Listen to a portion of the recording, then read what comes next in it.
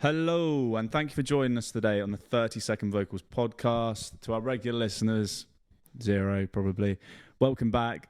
To new listeners, this is a series giving a voice to the perspectives of musicians from different disciplines regarding singing. Hope you enjoy it. Today we're talking to Joe Mylward, who is a fantastic singer-songwriter, performer and artist.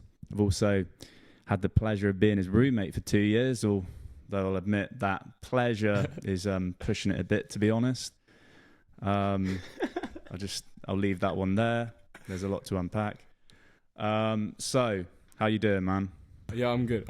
I'm enjoying lockdown? Enjoying life in lockdown. Yeah. In Bournemouth? Yeah. With just been with your boy? In Bournemouth, yeah. Big Russ? With your boy. I mean, you haven't seen. Come on, mate. You're gonna be seeing a lot of me. I can tell you. Right. Okay. So. Yeah. Let's talk business. Let's talk business. That's what we're here for. We're not here for anything else. We're not here to play games. Okay.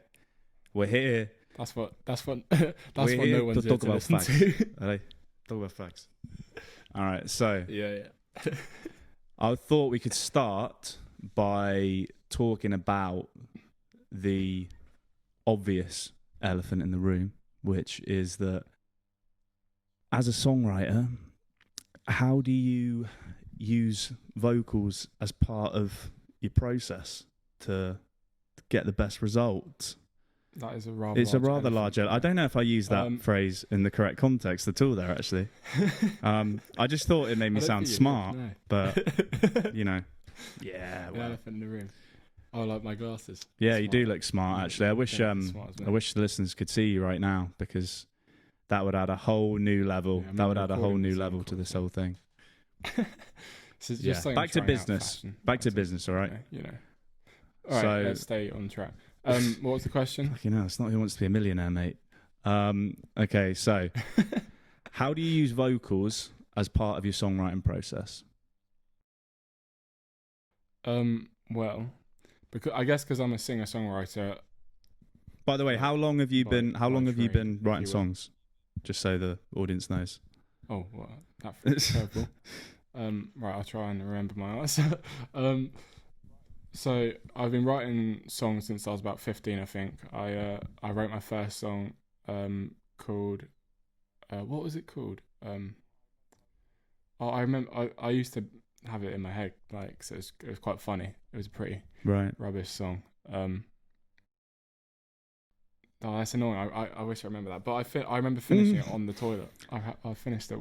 Am I allowed to swear? This is after hours, isn't it? This is being recorded after hours. The first two weren't, so this is So I was finishing it mid shit.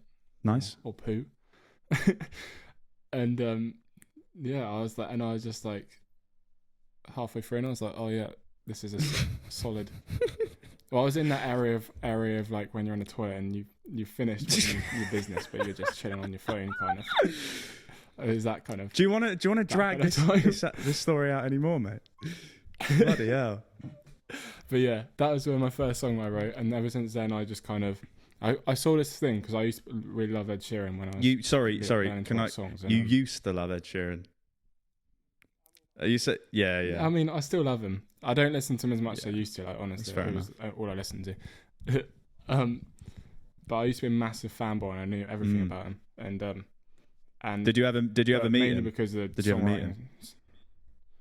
I went and watched him at the O2. Actually, that was the best. It was the best night of my life. Gig I've been to. Yeah. Yeah, but mainly for the songwriting aspect. He said this thing in an interview that was songwriting's like running a broken tap. It's like when you first turn it on, it'll be dirty water, and the more you run it, the more the dirt will go away and the clean water will come out.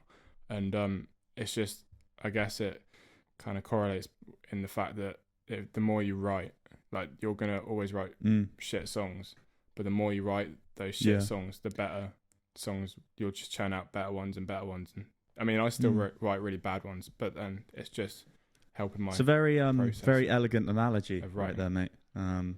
Yeah. Appreciate you for Thank you. appreciate you for just It's not raising mine, the it's not level. mine. You know, that's what I brought you on for. Yeah. Right. So Yeah. yeah, Thanks. Like your elephant in exactly, the room. exactly. Even though I probably used it wrong.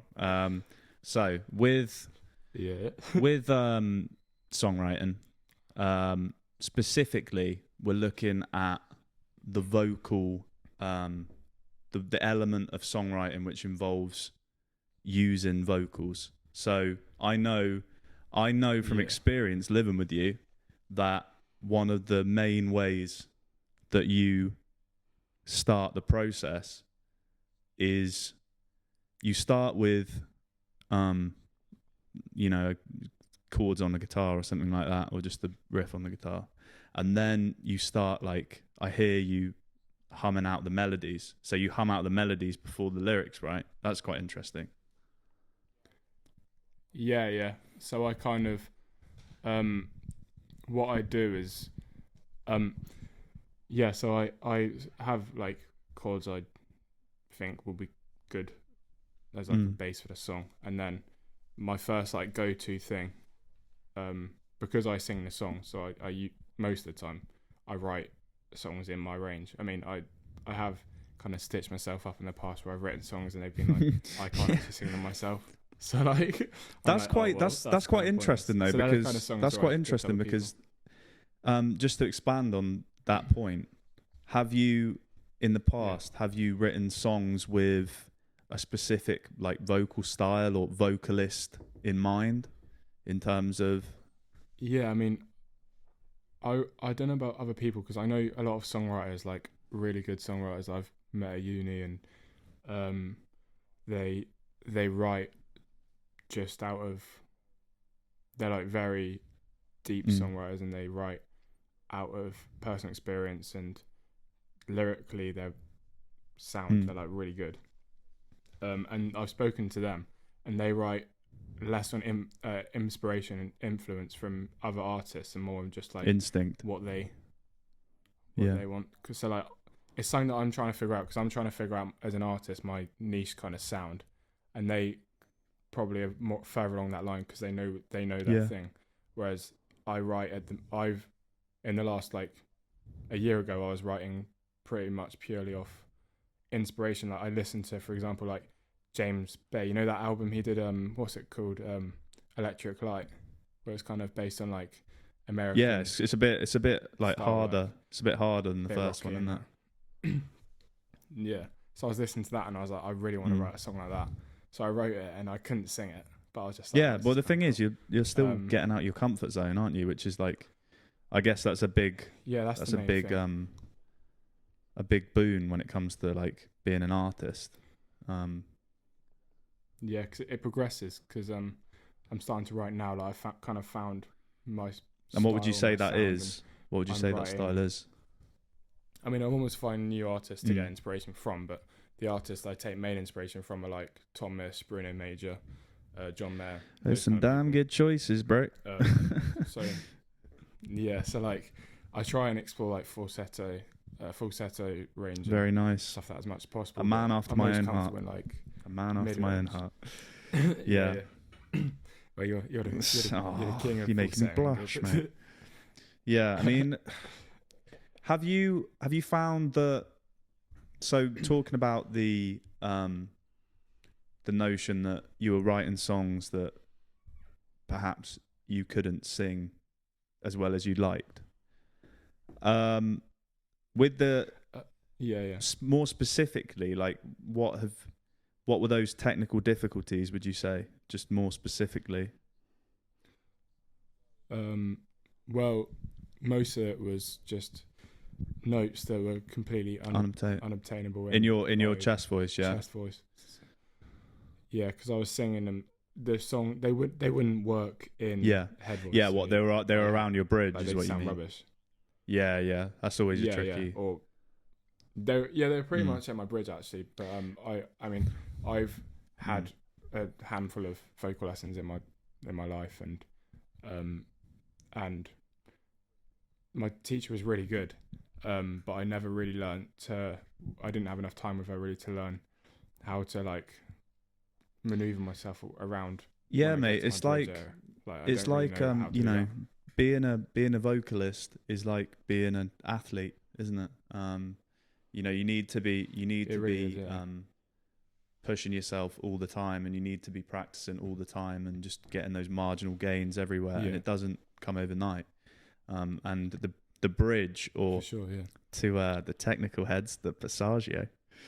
Yeah. Oh, wow, yeah. Just thought I'd put that in there. Yeah, the bridge is the most difficult part for any male vocalist, especially for guys like us, because we're not Yeah. really low voiced males, but our speaking voice is a baritone, and we're trying to sing tenor, and singing tenor Exactly. is expected of in contemporary music from males, but it takes work. It does take work. Exactly. Practice. And it's not a uniformly straight increase in terms of how much better you're getting. You're gonna have days where you think, wow, I figured it out. Oh my God, I've completed it, mate. And then you're going to have other days where you just think, like, Jesus, like, what am I doing? Like, I'm not good enough at all. But it's mad how like vocal health comes into it as well, because I mean, I've always just sung like, if I'm in my room, I don't really warm up as much. It's such an easy thing to do, because you want to do it, and the warm up is a chore almost. So it's all about making the warm ups more entertaining, and more enjoyable. Yeah, definitely. Because I think like for me, my vocal endurance just plummets in the winter. Well, because it's colder, man, and when the temperature does have an impact. Just look at for example, when you drink really cold water before singing, that's one of the worst things you can do, because it just it makes it kind of numbs your vocal cords. It makes them inflexible, and it means that they won't react in the way that you want them to in real time. Yeah, you got to bite the bullet. Yeah, bite the bullet and just be like, can I? Yeah, I know. Honestly, like, you sound like a complete wrong'un when you say that, but don't want to be that guy. It's just one of those little tricks that you learn along the way, I guess, if you're a vocalist. Yeah. Speaking of tips and tricks, what have you learned over the years in terms of how to best utilize your vocals in your tracks and amplify your strengths and mask your weaknesses? In your songs. Yeah. In my songs. Well, my tip, like, if you asked me that a year ago, I would have been like, I just don't explore much range. As like, I released a song, a quick plug, released my song Paris. Do it, man. And I sent it off. Talk your shit. I sent it off. I sent it off to some blogs and stuff, and they were like, the intonation in the vocals wasn't. It's like it didn't explore enough as much as they wanted. I didn't know what intonation meant at that point, but I searched up and I understood that it meant like I didn't explore enough of my range. It's like falsetto and all that, because with that song, it's the vibe is like just staying in kind of mid range, like easy. Yeah, I mean, intonation's a bit more than range as well. It's how you deliver the the words, and it's so important. Sure. But it's also the easiest thing to not do correctly, because I would say, if I was analysing my own voice, I would say the thing I would be most critical of myself on is intonation, in terms of, because it makes such a big difference. Like, I had no idea until quite recently. Like pronouncing words it's not just stuff. pronouncing words properly. It's doing it in a way that is sustainable for a whole song. Because you said that your endurance plummets in the winter, and I know you said in the past that endurance has been an issue for you. Yeah, well, I can sing for like an hour at the moment at tops. Like I could sing for an hour until my voice starts to like go like kind of thin and doesn't sound. And intonation is a big part of that, because it's all very related to the amount of breath pressure you're using in terms of the breath that is flowing past your vocal cords, and if you're using too much breath, which a lot of singers do, it's not like you're a bad singer, you're using too much breath, because like loads of amazing professional singers are guilty of doing that. I'm guilty of doing that, like so many singers, but it does an amazing singer like me.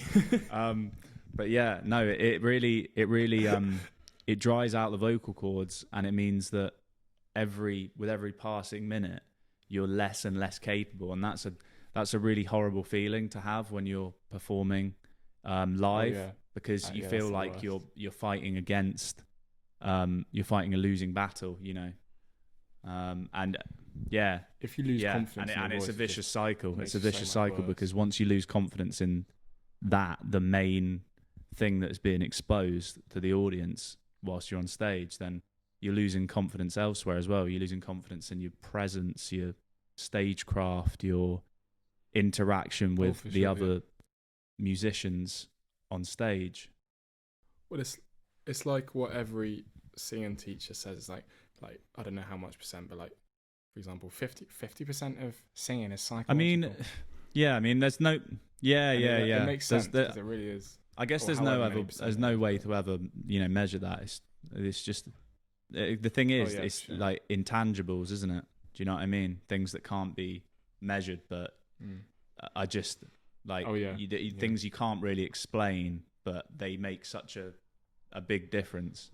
I think like the big part of the battle it's just being relaxed, and it's not it doesn't come overnight. I still struggle with it quite a bit, being relaxed on stage.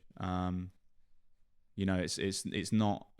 I think one of the biggest barriers to overcome is basically realizing you're never gonna be singing on stage like you're singing in the shower. Do you know what I mean?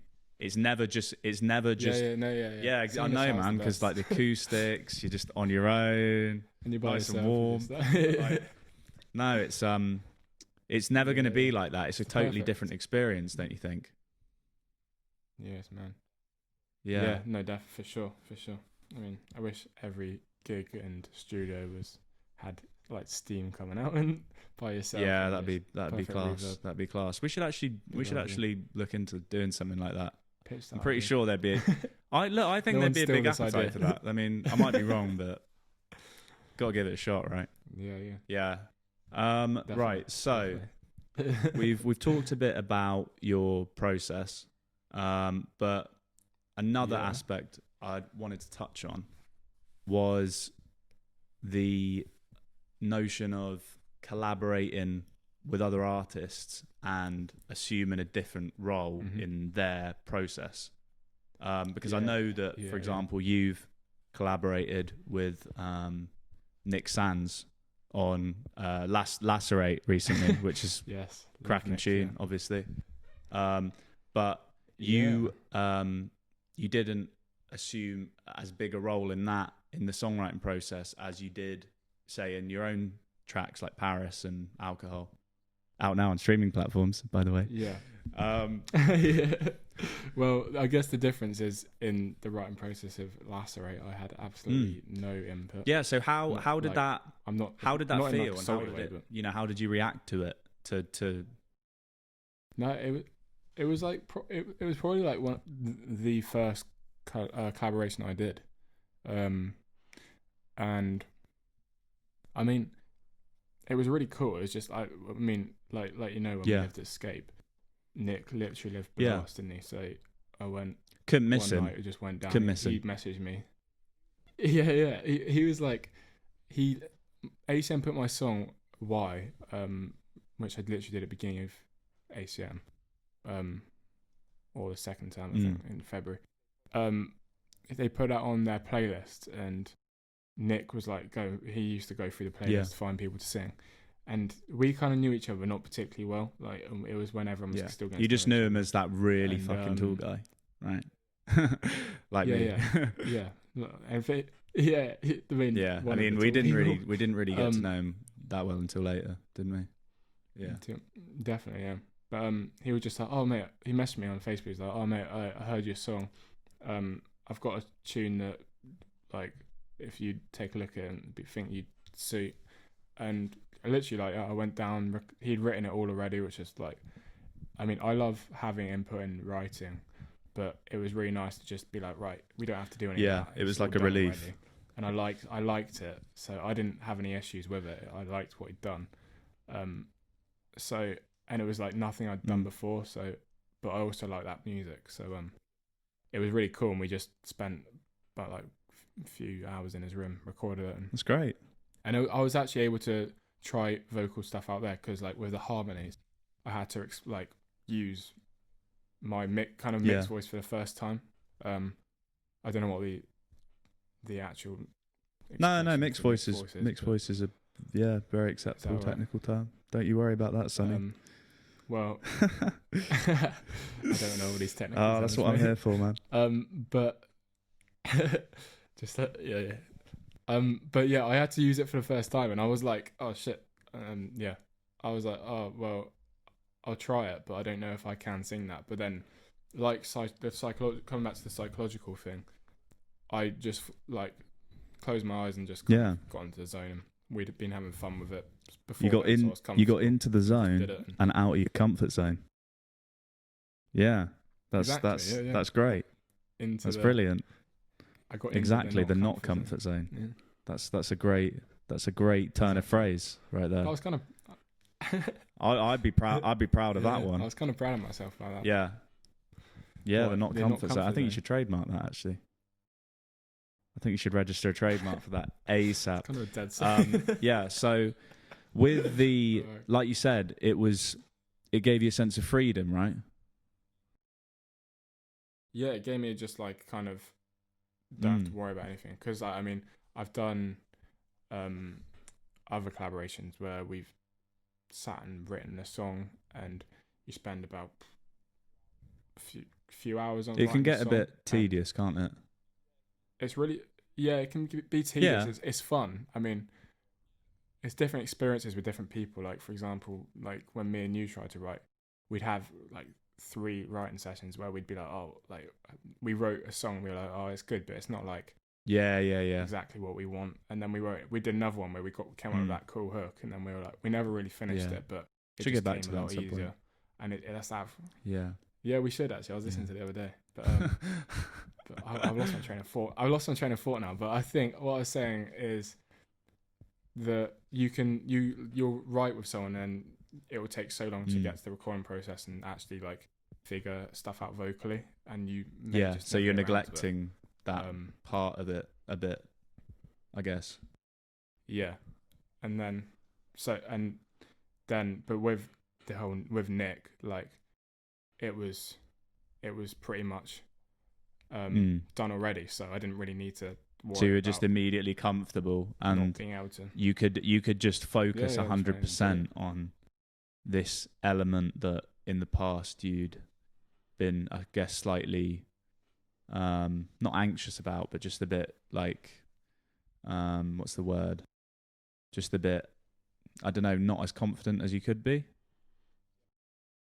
Yeah, I mean, I was always really nervous because I always write by myself, like most of the time, so I don't actually do as much collaborations as I'd hoped to. I mean, I've done like a couple since, and got really good. One of them in particular is a really good song. That we actually finished and started recording. Only one of them. But Well, we Yeah, never yeah. finished ours, mate. So Yeah, I'd say two okay, if we fair finished it, but That's fair it was very good. But yeah, we actually got in the studio and recorded loads of that, and it was really good, and it worked really well. But for the mate, I keep forgetting what I was saying. Yeah, I mean, lost my train of thought again. I guess what it sounds like you're saying to me is that with collaborating, it's kind of broaden your perspective a bit. It's not so much. It's had an impact on your style, because maybe your style before was very personal, and because now you've had you've opened up to these people, because that's what you have to. That's what you have to do. You have to. It's all about comfortability. The one with Nick Comfortability. Yeah.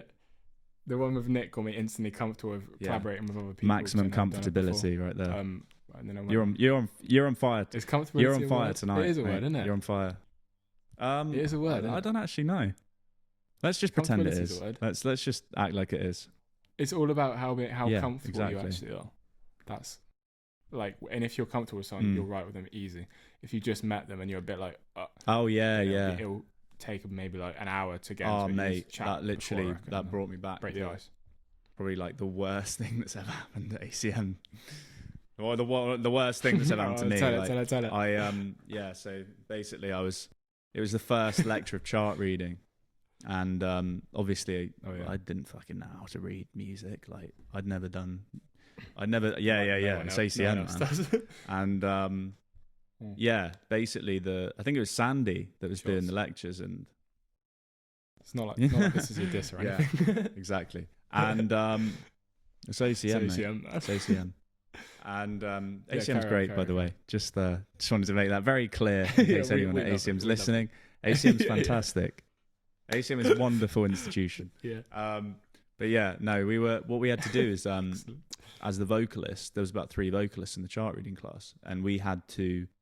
Sandy, who's the lecturer, he kind of wanted us to get out of our comfort zone, and he sent 3 of us out to write lyrics, and I was like, I was thinking, what, mate? You didn't have much experience writing lyrics already, did you? I was scared, mate, because it was so alien to me, and it kind of freaked me out because I couldn't read the music anyway, and like you have to put the syllables in the right places, and we weren't, and we went back in, and it was just an absolute disaster. And he just stopped us after 5 seconds. He was like, "Right, yeah, let's do it again." Like, because Sandy, he's a lovely chap. But like I was really nice. I was just like, I was on the floor, and it's kind of and I'm pretty sure I ended up ducking out halfway through. Yeah, I'm not surprised, because I remember when we started writing, and you were like, haven't actually done much writing before. Yeah. So we were like, just get into it, escape. But but the thing is, it's we should, man. The thing is, it's it's again, like you said, it's the tap analogy. It's the rusty water. The rusty water eventually will become clean. It takes time,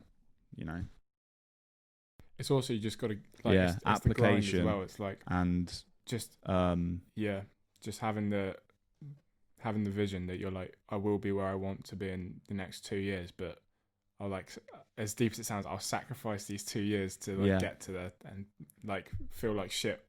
I believe that's what we in the business call speak it into existence. And on that, I'm afraid we will have to end there. It's been an absolute pleasure, as always, to talk to you, mate. Yeah, I know, mate. I know.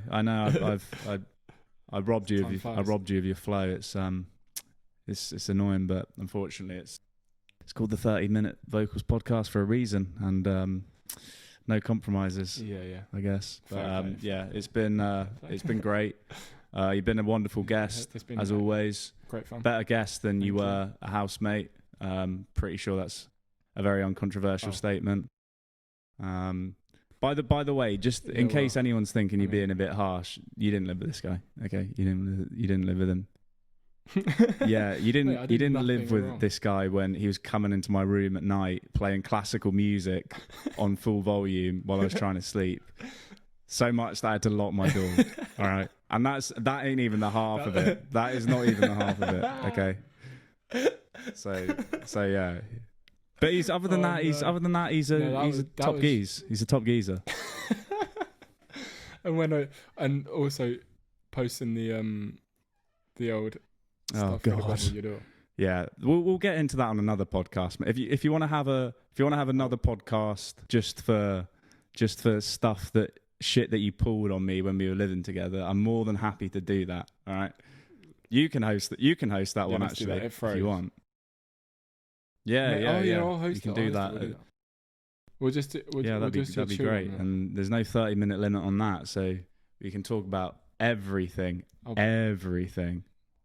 I have to find some more stuff to post under your door. And on that note, it's time to end. So yeah, thank you very much. Good night, everyone. Thank you for watching. I'm actually the host, mate. With Joe Millward and Russell I'm Evans. actually the host. So do you want to take your game down a bit? Do you fancy it?